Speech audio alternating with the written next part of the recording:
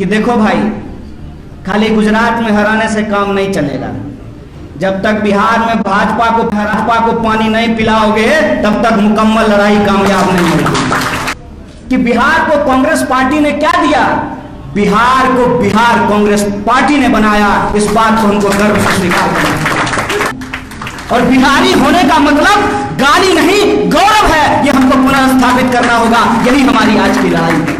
जात और धर्म के नाम पे समाज का बंटवारा दरअसल इस देश की जो आम आवाम है उनके हक हुकूक को छीनने और मारने की साजिश है। यह बात हमको समझना पड़ेगा। झूठों के हाथ में चला गया है तो सदाकत का मतलब सच्चाई होता है। आइए हमारे साथ हाथ मिलाइए। ये वो वक्त है कि मिलकर के इसके खिलाफ लड़ा जाए।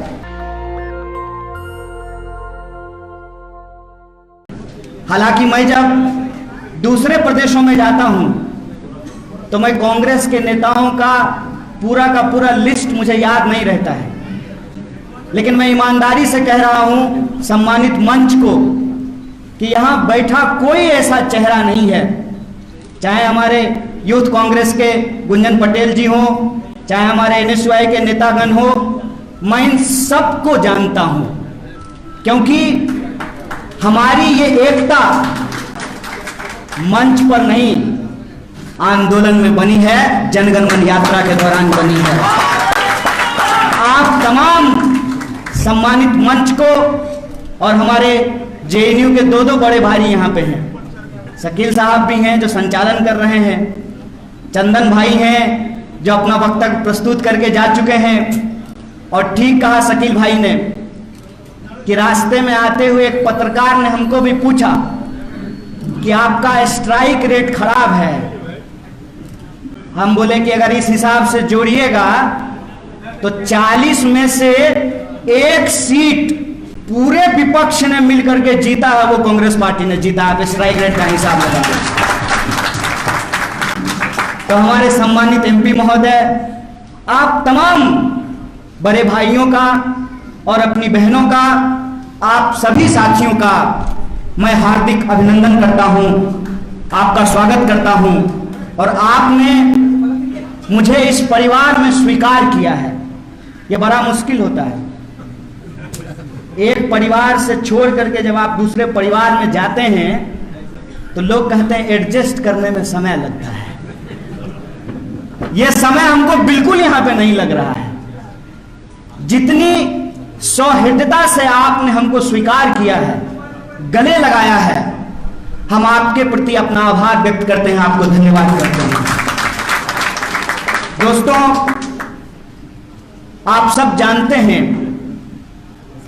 यहां हमारे दो साथी गुजरात से आए हुए हैं। दोनों साथी ने बताया कि आज उनकी मीटिंग थी राहुल गांधी जी के साथ गुजरात को लेकर के। हम लोग रास्ते में आते हुए चर्चा कर रहे थे और एक बात पे हम लोगों की सहमति बनी कि देखो भाई, खाली गुजरात में हराने से काम नहीं चलेगा। जब तक बिहार में भाजपा को पानी नहीं पिलाओगे तब तक मुकम्मल लड़ाई कामयाब नहीं होगी। और यह बात मैं इसलिए कह रहा हूं कि बिहार की धरती ज्ञान की धरती है। भगवान महात्मा बुद्ध को यहीं पे ज्ञान मिला है। बिहार की धरती तपस्या की भूमि है, तप की भूमि है। चाणक्य भी यहां पैदा हुए और आप पावापुरी जाकर के देख लीजिए, जैन मुनियों की तपस्या की ये भूमि मानी जाती है। और बिहार की धरती परिश्रम की भूमि है। ज्ञान, तपस्या और परिश्रम की भूमि है बिहार। और जब मैं परिश्रम की बात करता हूं तो आप दशरथ मांझी का नाम याद रखिएगा। एक हथौड़ी और छेनी लेकर के उस इंसान ने पहाड़ काट करके रास्ता बना दिया। यह बिहारी होने का मतलब होता है। बिहार वो भूमि है। मैं अपने गुजरात के दोस्तों को कहना चाहता हूं कि आपके यहां पोरबंदर में मोहनदास करमचंद गांधी पैदा हुए थे, लेकिन वो गांधी जब बिहार की इस ज्ञान, तपस्या और परिश्रम की भूमि पे आए तो हमने उनको महात्मा बना दिया। ये बिहार की भूमि है। ये बिहार की भूमि है कि आप कोई दौर उठा करके देख लीजिए, इतिहास का कोई दौर उठा करके देख लीजिए, बिहार के बिना इस देश का इतिहास पूरा नहीं होता है। खुशी की बात है, थोड़ी अफसोस की भी एक बात है। कल श्री बाबू की जयंती थी। श्री बाबू ने जो है एक रिकॉर्ड बनाया था सबसे ज्यादा दिनों तक मुख्यमंत्री होने का। श्री बाबू जो काम करके चले गए, उनका रिकॉर्ड अभी तक बीट नहीं हो पाया है। और हमारे कुछ दोस्त पूछते हैं कि बिहार को कांग्रेस पार्टी ने क्या दिया। बिहार को बिहार कांग्रेस पार्टी ने बनाया, इस बात को हमको गर्व से स्वीकार करना है। और आज हमारी सबसे बड़ी चुनौती क्या है? आज दिन है अशफाक उल्लाह खान का। अशफाक और बिस्मिल की दोस्ती के बारे में आप सब लोगों ने शायद देखा होगा, आप लोगों ने उसको पढ़ा होगा कि उनकी दोनों की जब बातचीत होती है तो अशफाक कहते हैं राम प्रसाद बिस्मिल से, देखो दोस्त, तुम्हारे धर्म में पुनर्जन्म है, तो तुम तो जाओगे वहां और भगवान से कहोगे कि हमको दोबारा भारतीय बना करके भेज दीजिए, हमको ब्रिटिशर्स के दांत खट्टे करने हैं। हमारे धर्म में पुनर्जन्म नहीं होता है। लेकिन अगर मैं जन्नत जाऊं, अल्लाह से हमारी मुलाकात हो, तो मैं उनको कहूंगा कि एक बार और हमको भारत भेज दीजिए। ये भारत है जहां एक खान एक ब्राह्मण के साथ मिलकर के कहता है, सरफरोशी की तमन्ना अब हमारे दिल में है, देखना है जोर कितना बाजू में खाते हैं। ये जो एकता है, इस एकता को आज छिन्न भिन्न किया जा रहा है। और यही जो एकता छिन्न भिन्न होती है, इसी का नतीजा है, विश्वास कीजिए हम पर, भारत का कोई ऐसा हिस्सा नहीं है जहां हम गए नहीं हैं। एक साथ दोनों बात लोग बोलते हैं, कहते हैं कि बिहार के लोग बड़े परिश्रमी होते हैं। हम कहते हैं हाँ भाई, तुम्हारा गंदगी उठाते हैं, तुम्हारा ठेला चलाते हैं, तुम्हारी फैक्ट्रियों में काम करते हैं, तुम्हारा घर साफ करते हैं, तुम्हारी सड़कें बनाते हैं, तुम्हारी बिल्डिंगें बनाते हैं। गाली तो देते ही हो, जब मौका मिलता है गोली भी मार देते हो। मैं बिहार की इस जनता से यही कहना चाहता हूं कि बिहार के उस इतिहास का पुनर्जागरण हमको करना पड़ेगा। और बिहारी होने का मतलब गाली नहीं, गौरव है, यह हमको पुनर्स्थापित करना होगा। यही हमारी आज की लड़ाई है। कई साथियों ने कहा कि कैसे करेंगे, कैसे होगा ये, तो मैं एक बात उनको कहना चाहता हूं कि जो पार्टी इस देश को आजादी दिलाई है, वो पार्टी ही इस देश की आजादी को बचा भी सकती है। इस बात को अपने दिमाग में डाल लीजिए। इस बात को हम तमाम लोगों को समझ लेना होगा। जात और धर्म के नाम पे समाज का बंटवारा दरअसल इस देश की जो आम आवाम है, उनके हक हुकूक को छीनने और मारने की साजिश है। यह बात हमको समझना पड़ेगा। सामाजिक न्याय के साथ साथ हमको सामाजिक एकता की जरूरत है। यह बात हमको अपने दिमाग में डालना पड़ेगा। और बिहार में रहने वाले 12 करोड़ से ज्यादा लोग, चाहे वो तिलक लगाते हो या टोपी पहनते हो, चाहे वो मंदिर जाते हो या मस्जिद जाते हो, चाहे वो खेत में काम करते हो या फैक्ट्रियों में काम करते हो, चाहे वो बिहार में रहते हो या बिहार के बाहर रहते हो, वो तमाम जो बिहार के लोग हैं, उनके रोजी रोटी, कपड़ा, मकान, शिक्षा, स्वास्थ्य, सड़क, बिजली, पानी और आत्मसम्मान की लड़ाई कांग्रेस पार्टी लड़ेगी। इसी संकल्प के साथ हम इस मंच पे आप तमाम लोगों के साथ इस परिवार में सम्मिलित हुए हैं। एक साथी ने हमको कहा कैसे कीजिएगा, तो हमने कहा अपने दोनों दोस्तों की तरफ इशारा करके कि देखिए हार्दिक की तरफ, देखिए जिग्नेश की तरफ और देखिए हमारी तरफ। कोई पृष्ठभूमि है, कोई पृष्ठभूमि है, कोई परिवार में ऐसा है जिसका नाम लेकर के हम लोग राजनीति कर सकें? है कोई हमारा इतिहास? हम आपकी तरह एक साधारण इंसान का बच्चा हैं। हम तीनों का कोई पृष्ठभूमि नहीं है। प्रश्न ये उठता है कि हम कांग्रेस पार्टी में क्यों आए हैं। हम कांग्रेस पार्टी में इसलिए आए हैं कि गर्व के साथ हम आपको इस मंच से खड़ा होकर के बोलते हैं, जिसके जिसके पास बाबूजी का थाती है ना, सब अपने अपने छाती में उसको लपेट लिया है। कोई बांटने के लिए तैयार नहीं है। एकमात्र नेता श्री राहुल गांधी, और ये मेरा व्यक्तिगत अनुभव नहीं है, हमारे जैसे पृष्ठभूमि वाले दो और आंदोलन से निकले हुए नेता यहां बैठे हुए, उनसे पूछ लीजिएगा। एकमात्र नेता राहुल गांधी जो हाथ बांह फैला करके हम जैसे पृष्ठभूमि वाले लोगों को गले लगाते हैं। इसलिए हम इस पार्टी में आए हैं। हम इसलिए इस पार्टी में आए हैं कि इस पार्टी में वो सहिष्णुता है। इस पार्टी में वो सहिष्णुता है कि आप जय भीम भी बोल सकते हैं और जय सरदार भी बोल सकते हैं। दो नेता बैठे हुए हैं, जय सरदार भी बोल सकते हैं, जय भीम भी बोल सकते हैं, जय हिंद भी बोल सकते हैं। ये इस पार्टी की खासियत है।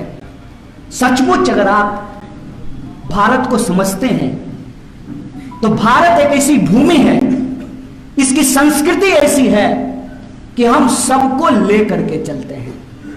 इसीलिए तो कहते हैं कि यह विविधता में एकता वाला देश है, और उस विविधता को अपने आप में अगर कोई समेट करके चल सकता है, वो बगीचा, वो बगिया कोई है तो वो कांग्रेस पार्टी है, जहां हर रंग के फूल खिल सकते हैं। इस गुलदस्ते में हर रंग का फूल खिल सकता है। इसीलिए हमारी यह समझदारी है कि अगर इस देश में लोकतंत्र के प्रति आपकी चिंता है, अगर आपको सचमुच किसी मरते हुए इंसान को देखकर तड़प होता है, आपको सचमुच लगता है कि हमारा देश झूठों के हाथ में चला गया है, तो सदाकत का मतलब सच्चाई होता है। आइए हमारे साथ हाथ मिलाइए, ये वो वक्त है कि मिलकर के इसके खिलाफ लड़ा जाए। बिल्कुल साफ समझ है, कोई इफ बट नहीं है, कोई तू मैं नहीं है, बिल्कुल सीधी बात है। जो भाजपा से लड़ना चाहते हैं वो कांग्रेस पार्टी के साथ होंगे, और जो कौन सतली पुताव कना करना चाहते हैं वो यही गुनागणित करेंगे। राष्ट्र कवि दिनकर ने एक बात कही है, दो न्याय अगर तो आधा दो, उसमें भी यदि बाधा हो तो दे दो केवल 5 ग्राम, रखो अपनी धरती तमाम। हम पार्टी के तौर पर सिर्फ अपने हक की बात कर रहे हैं, और दुख की बात यह है कि एक पढ़ा लिखा इंसान लठैत की भाषा बोलता है, और हमारे प्रभारी के बारे में उनको मालूम नहीं है कि ये कौन है। ये जो आपके बीच में बैठे हुए इंसान हैं, मैं इनके बारे में आपको बताता हूं कि अगर इनके जैसे लोग कांग्रेस पार्टी में नहीं होते तो हमारे और जिग्नेश जैसे लोगों को कांग्रेस पार्टी में आने का हिम्मत नहीं होता है। ये वो इंसान हैं जिनके चलते वेदांता का 50,000 करोड़, सुनना बैठा लीजिएगा संबित पात्रा की तरह, 50,000 करोड़ का प्रोजेक्ट बंद कर दिया कांग्रेस पार्टी के शीर्ष नेतृत्व ने आदिवासियों के हक और अधिकार के लिए। और ये जिनके प्रवक्ता इनके खिलाफ बोल रहे हैं, मैं उनसे कहता हूं कि अपने आका से जाकर के पूछिएगा ड्राइंग रूम में कि भक्त चरण दास कौन है, पूछिएगा उनको कि कौन है। समाजवादी आंदोलन के रीढ़ चंद्रशेखर जी की सरकार में ये मंत्री रहे हैं। किसी के लिए कुर्सी बड़ा खेला होगा, लेकिन मैं आज भी कहता हूं ये भारत है, बेईमान लोग यहां पे होंगे, लेकिन ये धरती आज भी त्याग, तपस्या और ईमानदारी से चल रही है। इस पे भरोसा रखिए। मैं आपको कहता हूं कि अपने लिए इस बात पे भरोसा रखिए, और इस बात के लिए भरोसा रखिए कि कोई भी चीज ऐसे नहीं मिलती है भाई साहब, ऐसे ही सबका वोट बराबर हो गया है। शकील भाई का वोट एक, चंदन भाई का वोट एक, राकेश भाई का वोट एक, कन्हैया का वोट एक, ऐसा ही वोट हो गया है। प्रतिमा जी का वोट एक, पूनम जी का वोट एक, ऐसा ही बराबर हो गया है। सोच के देखिएगा, समझ करके देखिएगा, ये साधारण चीज नहीं है। और आज वोटों को लोगों ने गुना गणित में फंसा दिया है। वोटों के गुना गणित से ऊपर उठ करके हमको बिहार के मुस्तकबिल के बारे में सोचना पड़ेगा। इसलिए आज हम इस धरती पर आए हैं, इसीलिए आज हम यहां जब सभा कर रहे हैं तो किसी के ऊपर हम अनावश्यक टिप्पणी नहीं करना चाहते हैं। जनता के अदालत में जनता के सवालों को लेकर सिर्फ चुनाव में नहीं, चुनाव से पहले भी और चुनाव के बाद भी उनके दुख दर्द में, उनकी न्याय, एकता और बड़ाव की लड़ाई में जो शामिल होगा वही उसका नेतृत्व करेगा। ये बिहार की जनता को चुनना पड़ेगा। जो लोग चुनाव को समीकरण बना दिए हैं उनसे हम एक सवाल पूछना चाहते हैं। कोरोना का बीमारी जात पूछ करके हो रहा था? नहीं नहीं नहीं नहीं, ये जो है पंडित जी का लड़का है, इसको को नहीं होते हैं। नहीं नहीं नहीं, ये तो जो है दलित है, इसको हो जाते हैं। जात पूछ करके कोरोना होता है। डेंगू का मच्छर आपके कान के पास आता है, पहले आपका उपनाम पूछता है, बताओ कौन जात हो, कौन जात, उसके बाद काटता है। कब तक पूर्वक बनाइएगा जी, कब तक पूर्वक बनाइएगा? अब कांग्रेस पार्टी नहीं है सत्ता में, बिहार की सत्ता में कांग्रेस पार्टी नहीं है। कांग्रेस पार्टी से जिन लोगों ने सत्ता छीनी थी, बिहार की जनता जब उनके घर पे जाते हैं लोग वोट मांगने के लिए, तो पूछे ना कि बताओ क्या दिए हो हमको 30 साल में। ये सवाल उनसे पूछना चाहिए, नहीं पूछना चाहिए। खाली आत्मसम्मान होता है, खाली आत्मसम्मान होता है। माथा पर टोकरी लेकर के जाएंगे नौकरी करने के लिए, तो मन होगा तो 2 रुपया जो है हमारा श्रम हमको देगा, अब मन होगा तो हमको गाली देगा। देखिए कश्मीर में गोली दे रहा है, कौन लेगा इसकी जिम्मेवारी भाई? इलाज कराने के लिए बाहर जाएं, पढ़ने के लिए बाहर जाएं, रोजगार के लिए बाहर जाएं, और वोट देने के लिए, आप वोट लेने के लिए आप हमारे घर में आइएगा। बोलिए इनको झाड़ू मार करके भगाना चाहिए, नहीं भगाना चाहिए? यह सवाल है।